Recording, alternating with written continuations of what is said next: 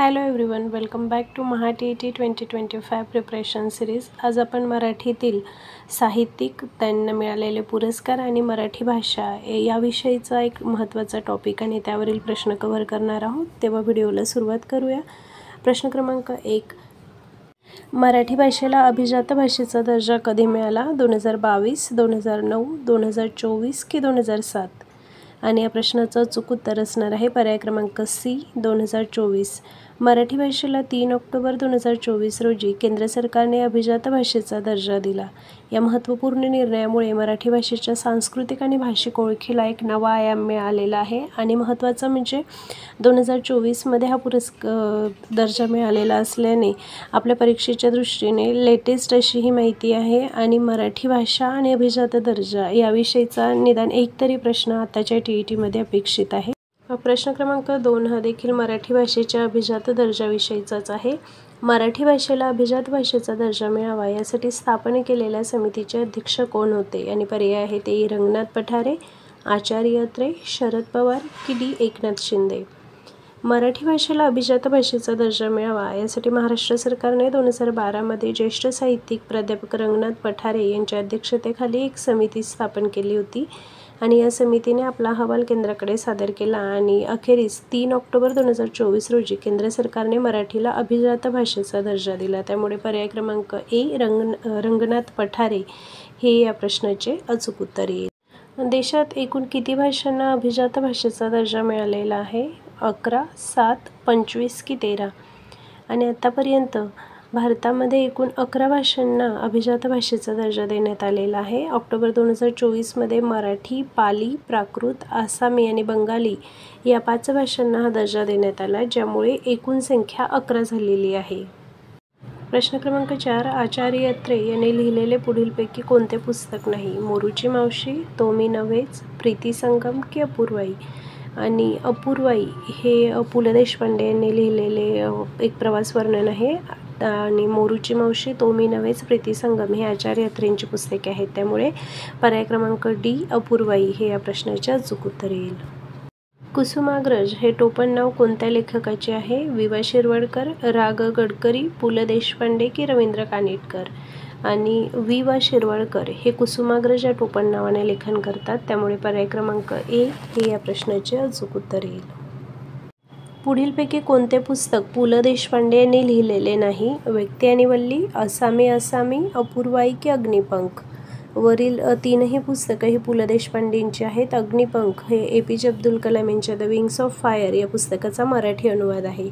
पु ल देशपांडेंच्या काही प्रसिद्ध पुस्तकांमध्ये व्यक्ती आणि वल्ली, बटाट्याची चाळ, अपूर्वाई, पूर्वरंग, 3 पैशांचा तमाशा, हसवणूक, असामी असामी यांचा समावेश होतो। पु ल देशपांडे हे अष्टपैलू आणि सिद्धहस्त लेखक होते। त्यांनी विनोदी कथासंग्रह, प्रवास वर्णने, नाटके आणि इतर साहित्य प्रकारांमध्ये लेखन केलेले आहे। पुढीलपैकी कोणता मराठीतील प्रसिद्ध काव्यसंग्रह नाही? जिप्सी, हिमकिरीट, विशाखा की आहे मनोहर तरी? तर यातील जिप्सी हा मंगेश पाडगावकर लिखित अतिशय प्रसिद्ध असा काव्यसंग्रह आहे। हिमकिरीट हा इंदिरा संत यांचा काव्यसंग्रह आहे। आणि विशाखा हा देखील एक अतिशय प्रसिद्ध असा शिरवाडकरांचा काव्यसंग्रह मराठीतला आहे। आणि आहे मनोहर तरी हे सुनीता देशपांडे यांचे आत्मचरित्र आहे, तो काव्यसंग्रह नाही। त्यामुळे पर्याय क्रमांक डी हे या प्रश्नाचे अचूक उत्तर येईल। कोणत्या मराठी लेखकांना ज्ञानपीठ पुरस्कार मिळालेला आहे? वि. शिरवाडकर, वि. स. खांडेकर, विंदा करंदीकर की भालचंद्र नेमाडे? तर हे 4ही लेखक मराठीतील असे आहेत की ज्यांना ज्ञानपीठ पुरस्कार आत्तापर्यंत मिळालेला आहे। त्यामुळे वरील सर्व पर्याय क्रमांक डी हे या प्रश्नाचे अचूक उत्तर येईल। वि. स. खांडेकर यांना 1974 साली ययाती या कादंबरीसाठी पुरस्कार मिळालेला आहे। तर वि. शिरवाडकर म्हणजेच कुसुमाग्रज यांना त्यांच्या नटसम्राट या कार्यासाठी 1987 साली ज्ञानपीठ पुरस्कार मिळाला आहे। तर भालचंद्र नेमाडे यांना हिंदू जगण्याची समृद्ध अडगळ या त्यांच्या साहित्यकृतीसाठी हा पुरस्कार मिळालेला आहे। आणि विंदा करंदीकर यांना 2003 साली अष्टदर्शने या त्यांच्या साहित्यकृतीसाठी ज्ञानपीठ पुरस्कार प्राप्त झालेला आहे। ज्ञानपीठ पुरस्कार हा दरवर्षी दिला जातो आणि भारतीय संविधानाच्या 8व्या अनुसूचीमध्ये समाविष्ट असलेल्या भाषा तसंच इंग्रजीमध्ये जे लेखक लेखन करत असतात त्या भारतीय साहित्यिकांनाच हा पुरस्कार दिला जात असतो आणि हा एक सर्वोच्च पुरस्कार साहित्य क्षेत्रातील आहे. भारतीय ज्ञानपीठ या संस्थेद्वारे हा पुरस्कार दिला जातो. ज्ञानपीठ पुरस्कार एका भारतीय साहित्यिकाला त्याने भारतीय साहित्याला दिलेल्या महत्त्वपूर्ण योगदानासाठी म्हणून दिला जातो आणि हा पुरस्कार मरणोत्तर दिला जात नाही. ज्ञानपीठ पुरस्कार किती वर्षांनी दिला जातो आणि मागच्याच प्रश्नात आपण पाहिलं की हा पुरस्कार दरवर्षी दिला जात असतो. त्यामुळे पर्याय क्रमांक ए हे या प्रश्नाचे अचूक उत्तर येईल. 2025चा साहित्य अकादमी युवा पुरस्कार कोणाला मिळाला? प्रदीप कोकरे, मंगेश सावंत, आशालता की गिरीश कुबेर? साहित्य अकादमी पुरस्कार हा भारत सरकारची जी राष्ट्रीय अकादमी आहे त्यांच्यातर्फे दरवर्षी दिला जात असतो आणि उत्कृष्ट साहित्य जे असेल प्रत्येक भाषेतील त्यासाठी हा पुरस्कार दिला जात असतो. या पुरस्कारात 1 लाख रुपये रोख रक्कम, मानपत्र आणि स्मृतिचिन्ह असं पुरस्काराचं स्वरूप असतं.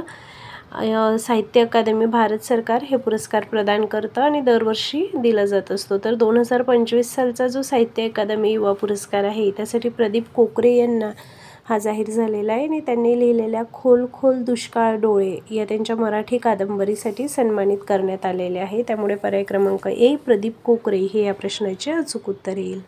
That's it for today. मराठीतील मोस्ट एक्सपेक्टेड क्वेश्चन कव्हर करण्याचा प्रयत्न या व्हिडिओमध्ये मी केलेला आहे.